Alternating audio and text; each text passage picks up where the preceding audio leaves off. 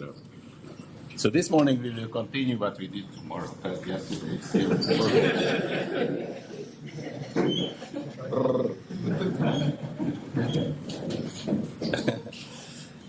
Regularity. So yesterday we had kind of interesting theorem. I write it here for graphs which have this feature that every edge is the edge of exactly one triangle.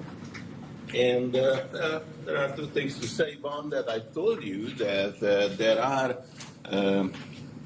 there are examples for graphs where you have almost n squared, so just little n squared, but not better, so more than n to the 2 minus c for any c. That many edges where every edge is the edge of exactly one triangle, but it can't be quadratic, so it goes to 0. And sometimes it's also called diamond free. It's just that in case you see that. So free graphs where every edge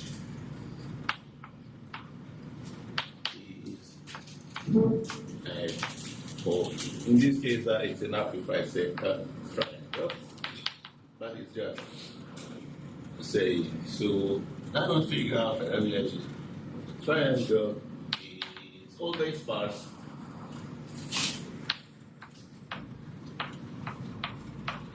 and that means that if the number of vertices is n, then the number of edges is gn is little n squared. And this is an innocent looking but powerful statement. So let's use geometry to prove first the density version of the corner theorem, which we had at the very beginning. We had this statement that for every k, if n is large enough and you color the n by n integer grid, then you will find 3 points in a corner position. And that implied the three-term arithmetic progression, monochromatic three-term arithmetic progression, a special case of van der Waals. So let's see the statement. What we are. So this is just a reminder.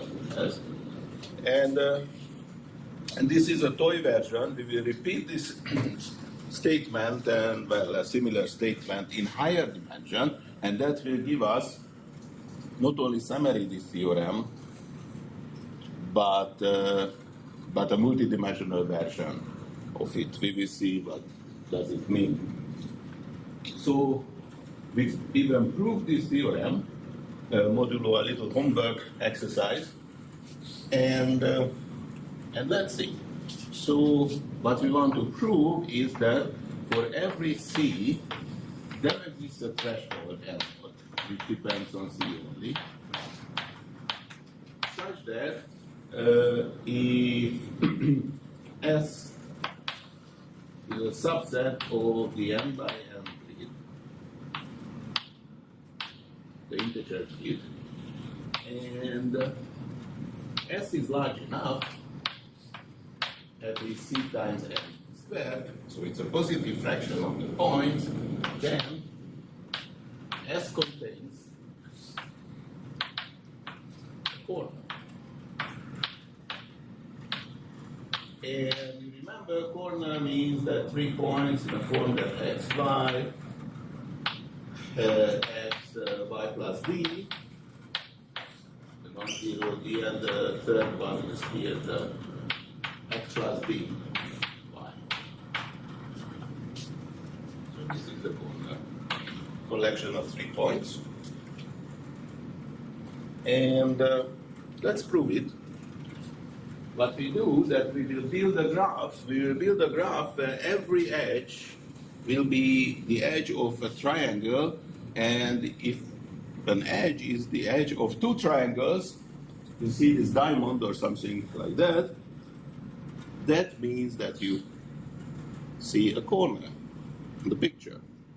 So let's see. Here's the n by n grid, and I will define a graph.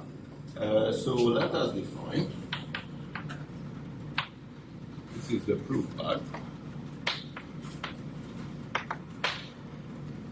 Let us define a tripartite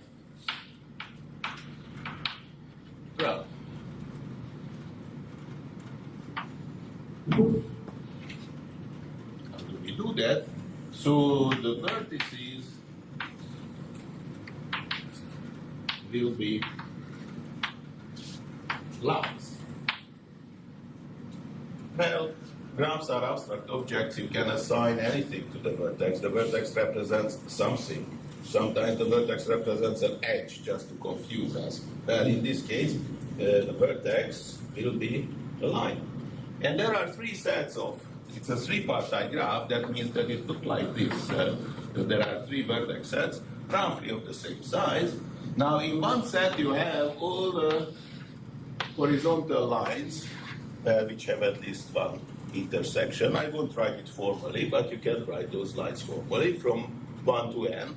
All the horizontal lines which have at least one grid point. Right, so this is one set here. We have n vertices. Well, those are vertices, but now I just have sides there. The other set will be all the horizontal lines here.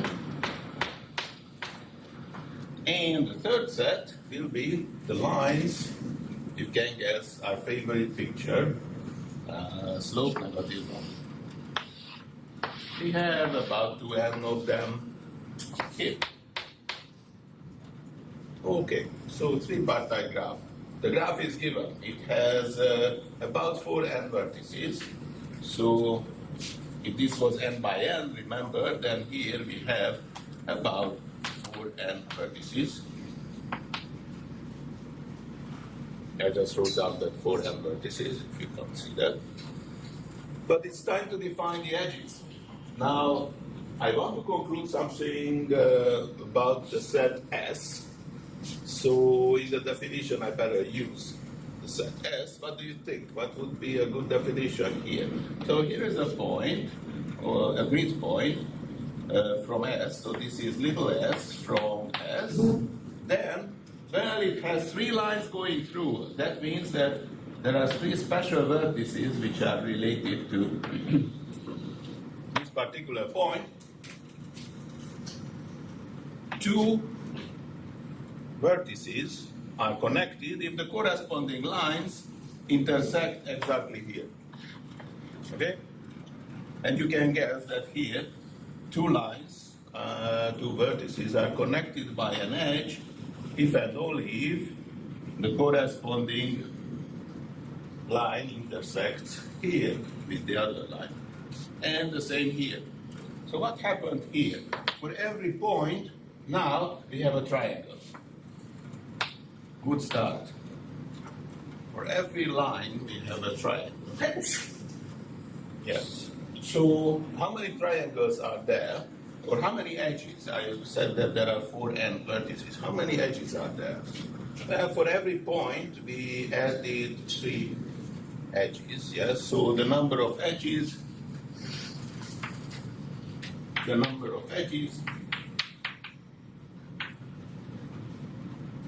is exactly 3 times, right, which is 3 times n squared. Because that was the condition on the size of S. Very good. Now those points, as we observed, will define a triangle. The only remaining part of our proof, to complete the proof, is to see that if there is no corner, then why is that there is no diamond? What would be the meaning of a diamond? So if you have a diamond, that means that you have, so let's just see this diamond configuration. In this corner, I think I can do. So let's just see, this It's a 3-pi graph, so it would look something like this. Yeah, because that's the only way to get diamond here. I mean, only way. You can choose your side, which is the diagonal of the, yeah. Let's see this example. That means that, here we have, for this vertex, we have a vertical line, which is connected to a line of slope -1, and so in the intersection there is a point, right? I'm done with this edge. Let's see the first triangle. So this triangle means this triangle might come from a point, right? It might be that this is a triangle, what we got through the graph. But at least one of them is not from the triangle. Say here, say this one is here. But it's connected here and connected there, and that means exactly that you have a vertex from S here and the vertex from S there. So if there is a diamond, then there is a corner. So here is the contradiction, or proof by contradiction, or just the direct proof, because we know that if N is large enough compared to C, then there will be, then the graph is not such a graph that every edge is the edge of, well, we know that it's the edge of at least one triangle, but if two, then we are done, and that follows from the previous observation. Okay, so that was, again, a proof by picture, which this is the picture, but we saw several times. Maybe at this point I should mention, which I mentioned, that you have this picture on this name tag, and it was not my choice. I didn't offer any picture. But Diana somehow selected that this should be the picture. And indeed, that's what they are using. I'm surprised. I mean, I think she did that. And on other things also, she did a terrific job. So now I will generalize everything what you see there. And at this point, I will introduce you to one of the strongest theorems I'm going to tell you. I won't prove it because it's very, very technical. It would take, I think, itself with the proper introduction and everything a few days. So let me just state a special case of hypergraph regularity or hypergraph removal lemma. It's a corollary like Semitic regularity lemma. If you remember, we first defined this epsilon regularity, then Semitic regularity lemma, and at the end we concluded this statement that if every triangle is, I will state the same for hypergraphs, and then we will use it. So, simple definitions. First of all, we are going to work with hypergraphs. And for the sake of simplicity, we will begin with 3 uniform hypergraphs, but I can say that are uniform hypergraphs, which are actually nothing else but some selections of, so you have a base set, the vertices, say the notation is often HNR. So on n vertices, so you have a base set on n vertices, and you have some of the R element subsets. Those are the edges. So for graph, you have some of the 2 element subsets. For hypergraph, you have some of the R element subsets. And so it's an abstract object, combinatorial object, and a clique for us. So the clique, that's a complete graph. For graphs that was where you had a few vertices and you took all the edges in between. But for us now it's easier, for this very theorem, it's easier to think of a clique that if you have an R uniform hypergraph, then you have R plus 1 vertices, And on the r plus 1 vertices, you have all r plus 1 edges there. So you have r plus 1 vertices, and you take all r-sized subsets, those are the vertices. So that would be a clique.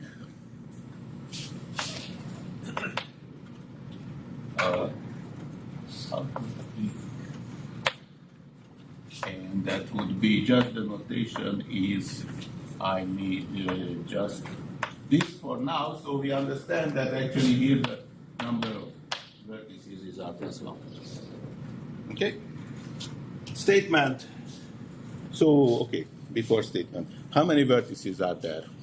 And if you have n, I mean, how many edges are there? If you have n vertices, then what is the maximum number of edges? It would be n choose r. Yes? So it's about n to the r. It's some constant depending on r times. So it's just a note that here, maximum of the number of edges is, well, it's definitely smaller than n to the r. There is a constant here, of course. If you write n choose r, actually depending on r, this is pretty small, but that's okay. We are interested about the magnitude. So, statement, theorem. I should say that those theorems were proved by independently by Tim Gowers and Wojta Rögl and his students, Matthias Schack, Jozsef Skokan,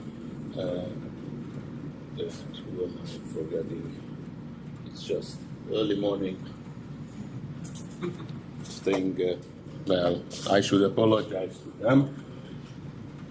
But yeah, so this was a long process. It was a very hard theorem to prove, and still I don't know simple proofs there. But theorem, if this hypergraph has the properties that every edge is the edge of exactly one click, then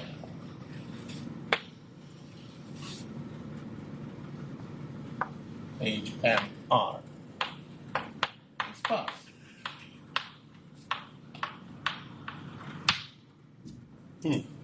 So what is it? It's kind of course, it's an extension of what we had on the right side. So if you have this collection of R element subsets of an N element set, and whenever you choose one edge, then there is exactly one vertex where extending it, this set of R points with this one, this R plus 1 is a clique. So you have all edges there. Yeah. So it's a statement very easy to remember, I guess. One thing remains that sparse means little n to the r.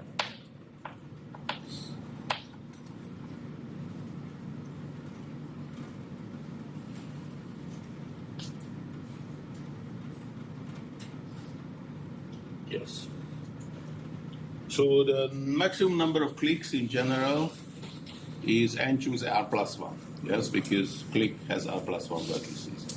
N choose r plus 1. Now we have this condition, then it's trivial that you can't have more than, so for every edge you have only one sitting on it. So the magnitude can't be larger than n to the r, but the strong statement here that it's little n to the r, so the number of edges is smaller and smaller and smaller.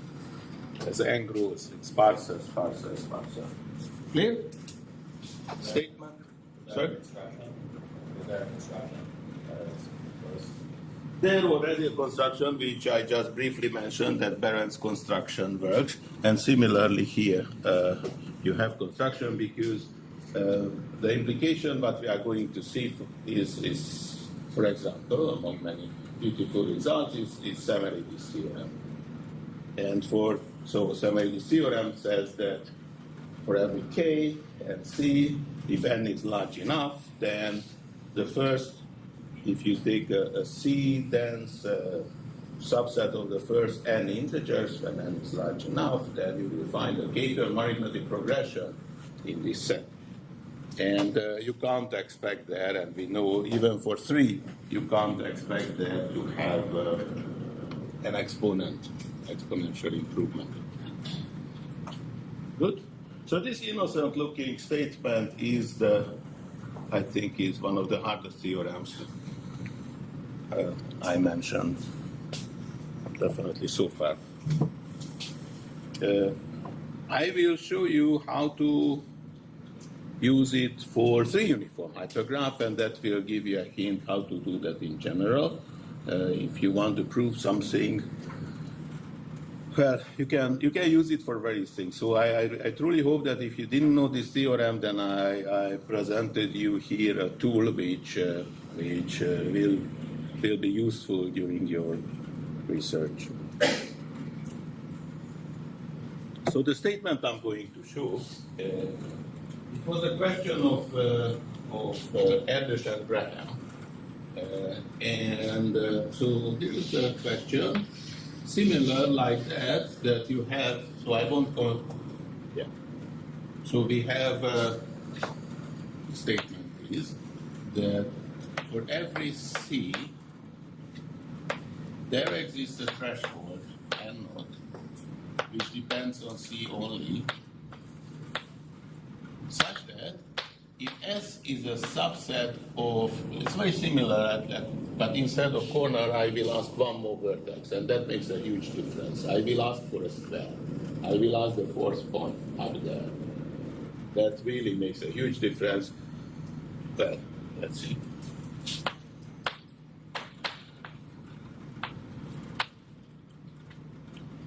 And large enough, C times N squared. Threshold, then S contains a square. And square, well, you can guess everything what we had with an extra point.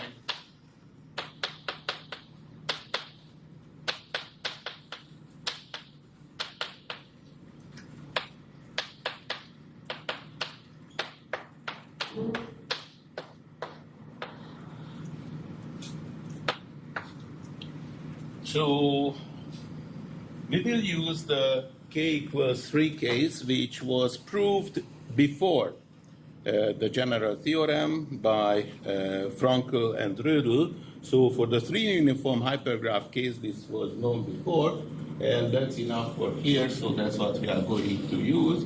So using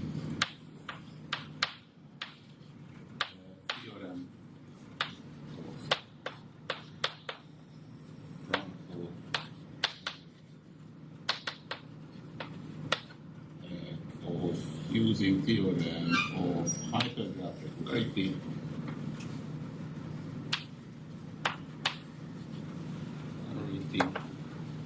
for 3 uniform hypergraph. Good. So what is the statement? No matter. So if I have a system where every edge is the edge of exactly one click on 4 points, where you have all 4 edges there, then it's sparse. Good, so I want to find this somewhere in S. What can we do? Any suggestions? So this was known before. I proved it was known by a strong and beautiful result of Fürstenberg and Katznelson.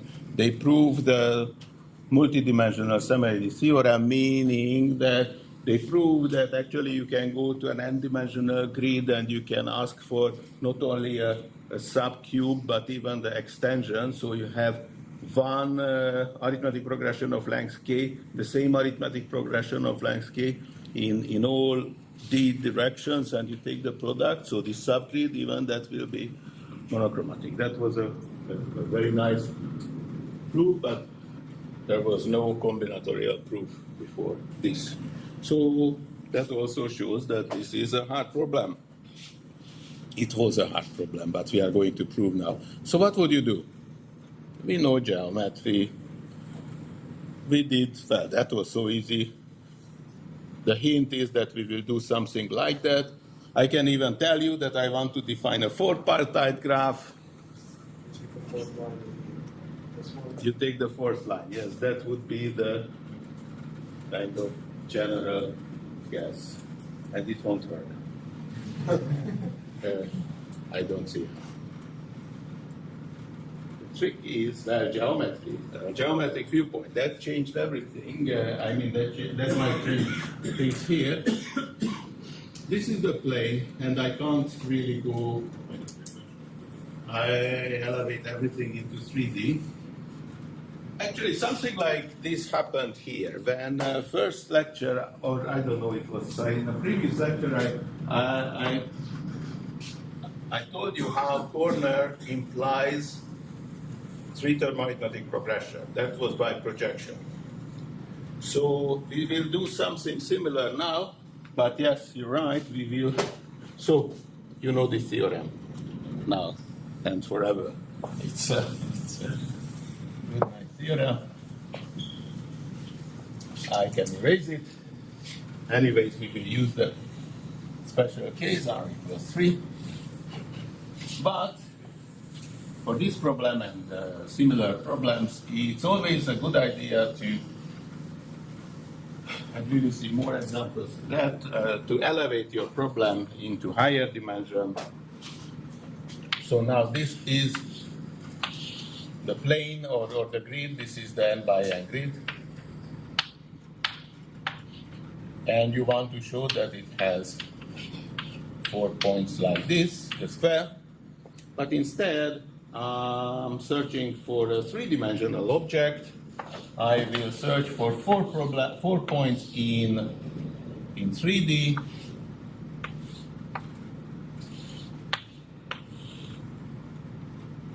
Where the projection of the 4 points would give you this. And then I'm done, because let us suppose that this theorem is false. Then here you have a subset, a dense subset on the plane without this square, but I have this theorem in 3D that I have a configuration of points here which would project here down, so that would be a contradiction, right? Okay, the remaining part is to find this point set and to define the four-partite graph. What do you think? What should be the vertices? This is the first question. This is already not necessarily a trivial question. Planes. Yes, I did see some of you indicated that maybe instead of lines we have to use planes. And you can guess that in higher dimension you want to use hyperplanes. And that's why actually for d plus 1, I mean for k points, you want to go in this case for 4 to dimension 3, and so on and so on. Anyways, yes, so I know there will be a four-partite 3-uniform hypergraph. Any suggestions? What planes should we consider? A little more. So let's see the cube. And what I need is that one vertex from above everything like that. So I can choose this one this one, and that one, if, well, this plane is always friendly, but then I need one above here, and it should be three-dimensional, so I select this one. Now I have 4 points. Well, that's simplex. It has 4 sides, and those will be the directions. So I will search for, I will consider all the planes which are parallel to one side, and which have at least 1 point from the grid. So it's now I have n cube points here. So let's see, what is this?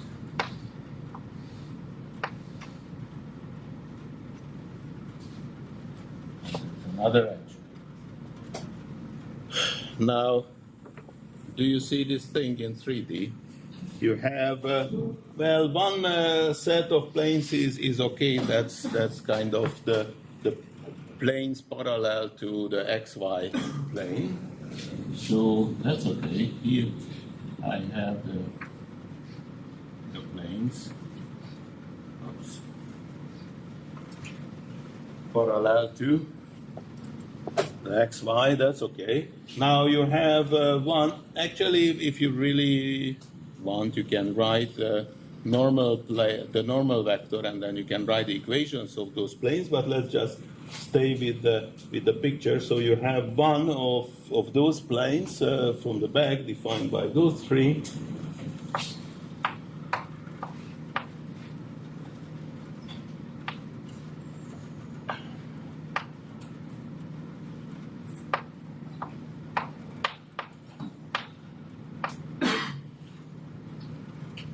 Right, and you have 2 more.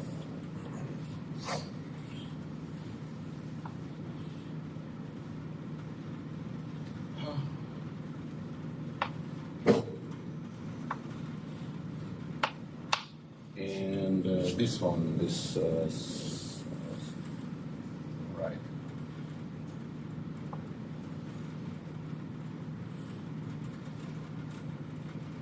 But of course, not only the triangles, they just represent the direction. Take all the planes in one direction that you choose, all the planes which have at least one intersection with this integer grid, right? Now there are roughly n of them, constant times n of them. So altogether we have here about, I don't know, 8n or something like that, vertices. Now the vertices are planes. Now what remains is to repeat the argument what we had here. So we have the vertices. What are the edges? Now every edge has 3 components, but luckily we have planes, so the intersection of 3 planes, non-parallel planes, is exactly 1 point. So for every point, if you have a point from S, now the picture is much more complicated, and I will feel badly, probably. Yeah, so this is a nice picture, yeah. Here, you have 3 planes intersecting, then that's an edge. Right, that's an edge. And in one point, you have 4 triples intersecting, right? So that's exactly a click. Now, the last step is to see, okay, this is a click, but what happens if you have an edge with 2 clicks sitting on it? It might be that the first click comes from this point, but then the next one you have one side parallel. And all the directions are the same. All the intersections are points. There is your object like this. So we know that we will find such configuration here, but then we also know that down there in the plane we have to find such a square, otherwise it would be a contradiction, right? Again, suppose that here you can find c times n squared points without such a square, without 4 points like that. For every point, use this coloring that you take all the points above it, right? Then altogether here you have c times n cubed points. But then here, using hypergraph regularity, you will find such a configuration somewhere, but that's a contradiction because its projection is exactly this portable.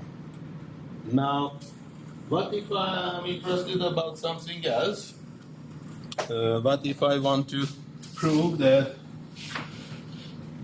you will find not a square, but something like 4 points like that? You can do the same thing, yes, as long as you fix the configuration, then you can place it here, elevate at least one vertex, and you have the planes, the simplex, and based on the size of your configuration, it's still a constant. It's a friendly slope or friendly normal of the plane. We have like small integers. Therefore, the number of parallel planes you need to cover all the points is still constant, times n.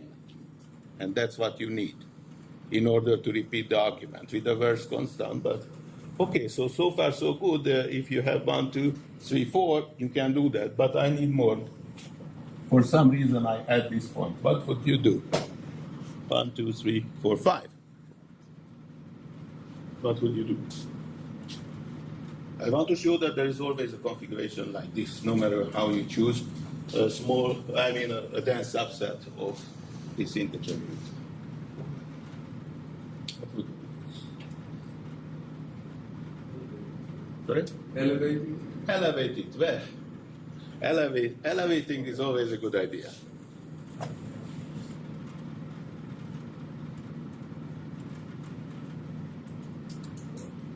So dimension 4.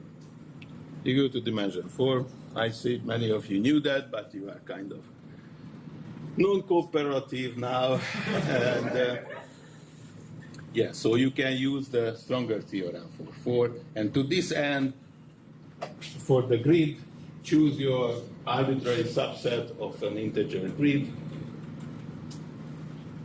It will appear sooner or later. Well, and now we can even prove it. So this is one of the strongest applications.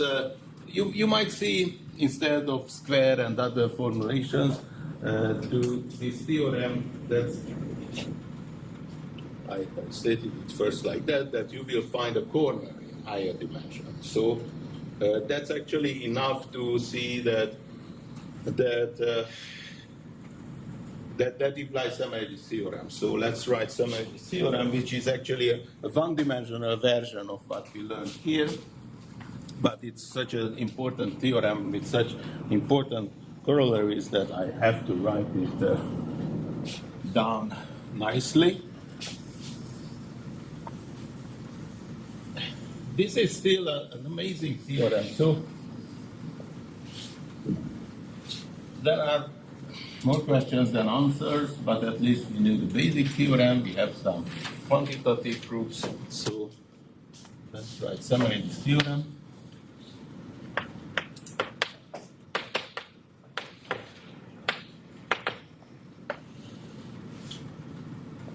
Sumerides theorem. It says that for every C and K, so every C larger than 0, and K natural number, there exists a threshold M naught, which depends on those things, such that if S is a subset of the first n integers and n is larger or equal than this threshold, then S contains an arithmetic progression of length K.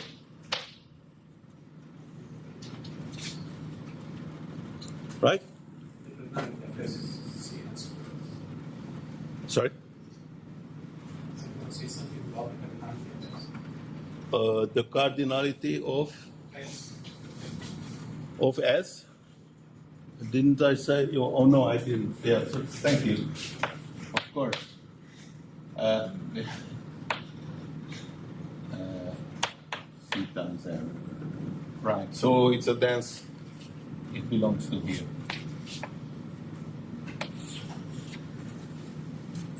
Yes.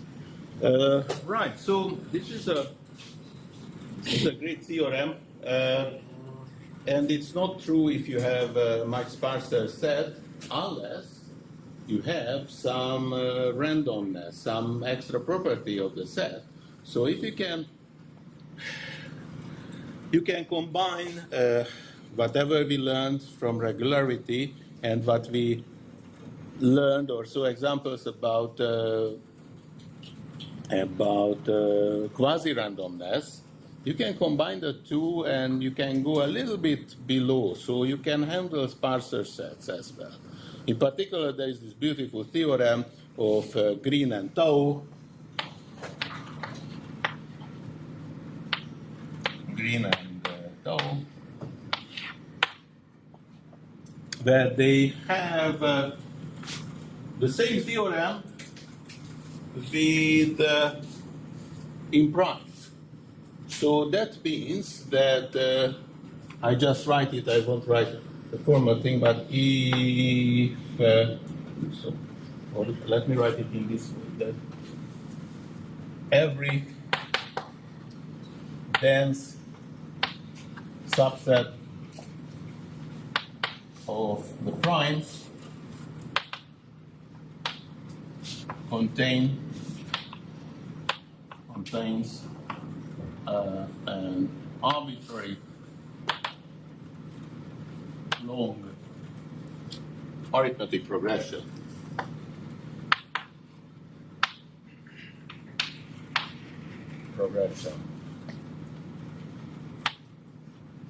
And here they use the Semiridis theorem as a black box. So they use something called the transference principle. So you can extend such combinatorial statements provided that you go to a sparser set which has a certain level of randomness. Then it still holds. Unfortunately, you can't really go to very sparse sets. That would be wonderful. You don't have that. So what did we do? We had regularity, hypergraph regularity, and now there is one theorem I want to state at least, where now we even have a combinatorial proof. It's not very complicated, but well, it's doable. It was a result of a polymath project. So there is a more general theorem, a stronger theorem, which is somehow, in certain sense, one of the strongest theorems in arithmetical statements, the Hirscher theorem. And I want to state it, and then I will state the density Hirscher theorem, and then hopefully I will show you an application. So this kind of game, what we have here, goes to prove a multidimensional version of Semiridis theorem. Yes, because now I kind of convinced you that you can go to arbitrary large dimension to find arbitrary configurations. Well, the same gap. There's another direction which goes beyond using ergodic theory. You can even specify the gap, that it's a polynomial of a number.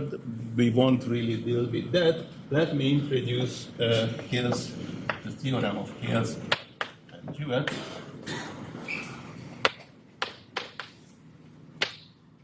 Now, the Hills-Jewett theorem was about coloring. And for coloring, there are kind of classical proofs using the color focusing argument, but here I will state the density version.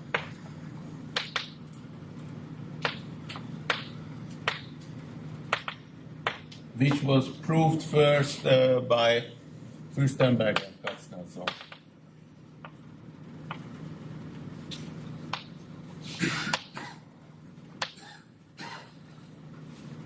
Using ergodic theory.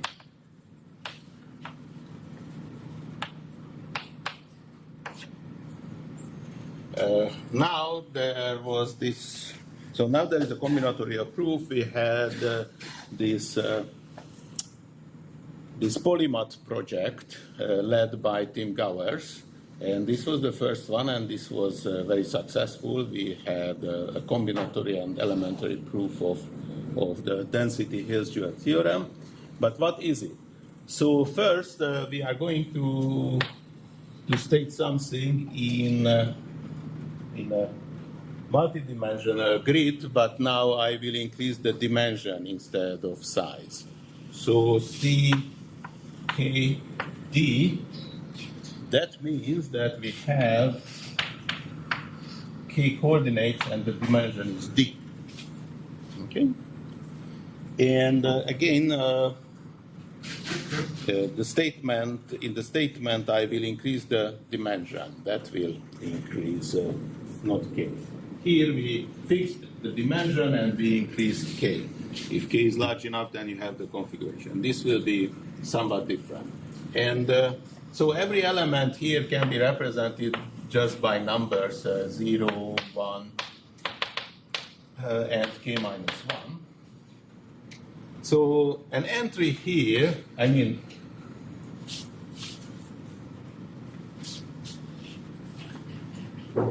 definition, a combinatorial line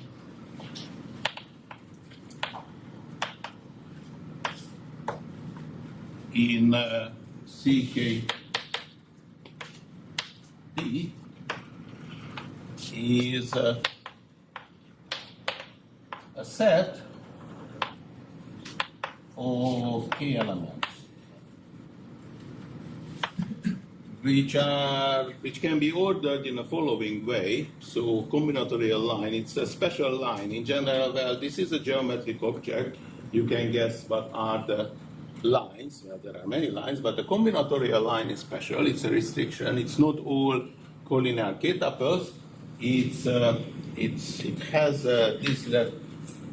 There are D coordinates, yes. So you have the first coordinate, the second, and some of the coordinates are, say, running coordinates.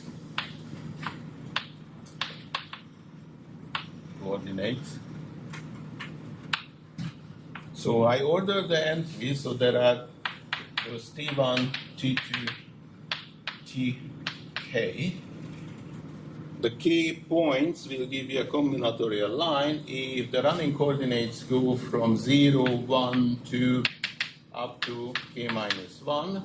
And there are some constant entries where you see everywhere the same. 3, 3, 3, 3, 3. But in every running coordinate, you really start from 0 in the first entry. If it's a running coordinate, yes? And you have at least one running coordinate, because if not, then it's just one point. It's multiplicity. We don't consider it as a combinatorial line. Clear? This is the combinatorial line. And the statement, after that, I can state the statement that for every C larger than 0 and K, there exists a D naught. So I will increase the dimension. There exists a D naught such that D is larger or equal than D naught, and S is a subset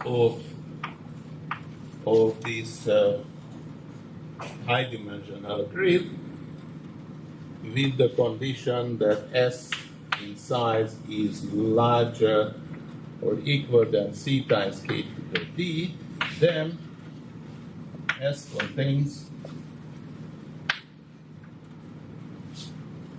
a combinatorial line.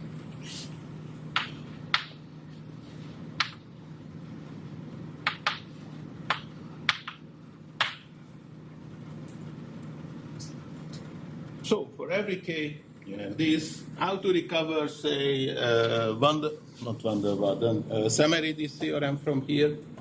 You can recover Samaridis theorem from here. There are various ways. One is that you think all the numbers, you still have to be careful with the map, but you think of of your numbers as you write them in base K, and you just it's an easy kind of map to. I mean, it's an easy argument to show that if you have a dense subset of integers and you go to the right number, that will give you a dense set here in a base K writing of those numbers. But what I want to show is another application. I think it's a surprising application.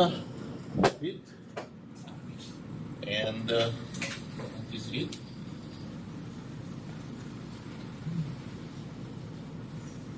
It's a geometric statement here. We have a proof already that any configuration can be achieved here, but let's get another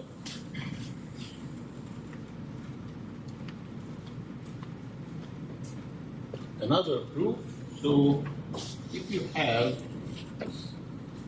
any configuration, I just call it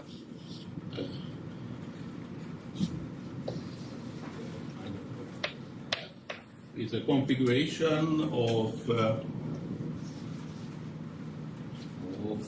K by K grid, then any dense subset of a large enough grid will contain this configuration, or a configuration which is similar to this. In order to prove that, so to give a proof using the density Hesse-Duet. So the statement, is it clear? It says something like, you have fixed K, and if you have a dense enough subset of a high dimension, I mean, if you have a dense subset of a large enough dimensional grid, then you will find those entries there. Now, this is an abstract statement. Actually, the whole thing comes from logic. I defined here the entries are numbers, but the numbers could be anything. The numbers could represent anything. For example, the numbers could represent vectors. So if I want to show that this configuration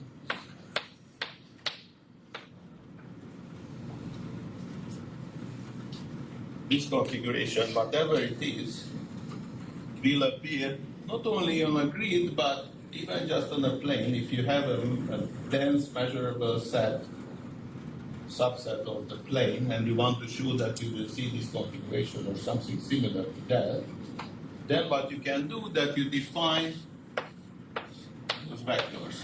I mean, those vectors will be the entries of, so there are K vectors, and this will be the alphabet here, what you are using. Right? It's an abstract thing. You don't have to assign numbers. You can assign vectors. You can assign anything. Right? And then what is this? What is a combinatorial line? Check. This is the first vector. This is the second vector. This is the third vector. So on, so on. So what you have in a combinatorial line, you have a kind of multiplier of the first vector plus the constant, so it's a translate. With the same translate, you have a multiplier, the same multiplier of the second vector, and the third vector, and so on and so on. You agree? You agree? So this actually works, as I said, not only over grids, but it's somewhat easier to imagine over grids. So if you check the very same statement, or state the very same statement, and your entries are not numbers, 0, 1, 2, 3, everything works. There is no arithmetic here. It just says that you have those objects, you have this alphabet, and then it will work. Instead of numbers, you can write their vectors. Right? And it gives you a very nice result. It gives you that, okay, this is your original configuration, this point set. Then somewhere, if you take a dense part of this plane, somewhere you will find Well, a translate, which will be the constant terms here, right? And the same configuration. Good. So we didn't have much time to talk about density Hill's-Duet. I really invite you to check. It's available on archive. Eventually, it was published under the name of DHG Polymath.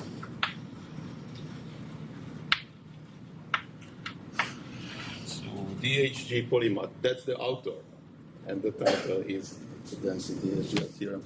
So that's it for the first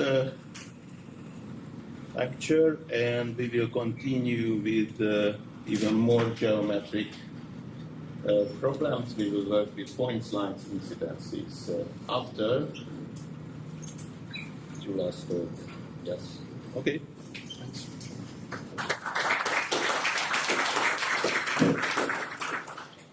Questions? Yes? So in this definition for a color for a line, it looks like the constant coordinates don't all have to be first. They can be in interspersed. Is that right? Do the constant coordinates have to come first and then the running? No. There is no such restriction. Nothing about the order. At least one running coordinate should be there, but otherwise they are in arbitrary blocks and in arbitrary distribution. Yes?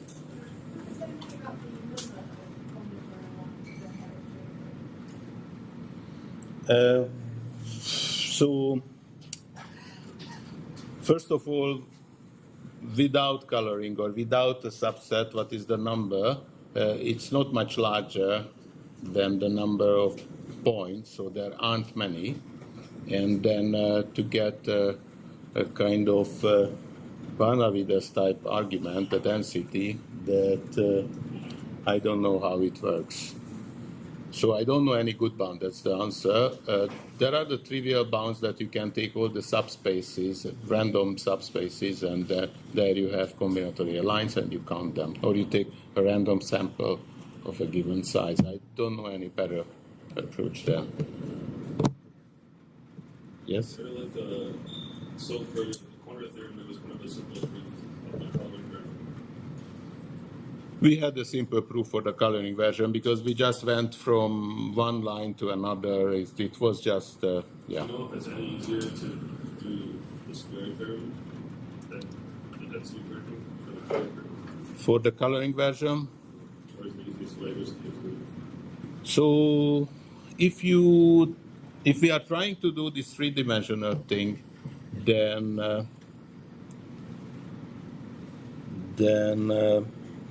I have this problem. So in 2D, that's still true that if you take the horizontal and vertical lines, then they will intersect each other. So we have this sub-Cartesian product where we won't see that color anymore. If you remember, how did we do that? Now, in 3 space, when you have this plane somewhere, and you have, say, 3 points, then the corresponding lines will be skew lines. So somehow you have to change the argument into planes. So somehow you cut with planes, which is not impossible, and it might be a very nice try to do. But you see the problem. So you can't just consider the Cartesian product by the projections of the points, because that's not a Cartesian product. Yeah. But try with planes somehow to do the higher dimensional version of that. That would be very, very interesting. Good. Okay, so we have coffee, I hope. Good.